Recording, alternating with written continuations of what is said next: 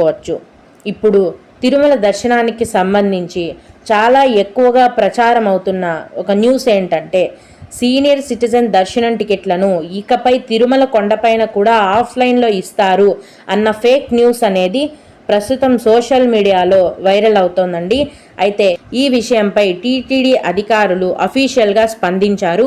అసలు నిజం ఏంటంటే, ప్రతి నెల 23వ తేదీన మధ్యాహ్నం 3 గంటలకు ఆన్లైన్లో సీనియర్ సిటిజన్ దర్శనం టికెట్లను టీటీడీ వారు విడుదల చేస్తారు.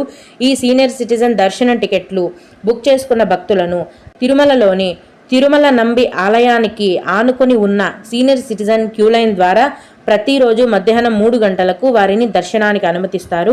ఈ విధంగా సీనియర్ సిటిజన్ దర్శనం టికెట్లను కేవలం ఆన్లైన్లోనే, అది కూడా టీటీడీ వారి అఫీషియల్ వెబ్సైట్లో మాత్రమే విడుదల చేస్తారు.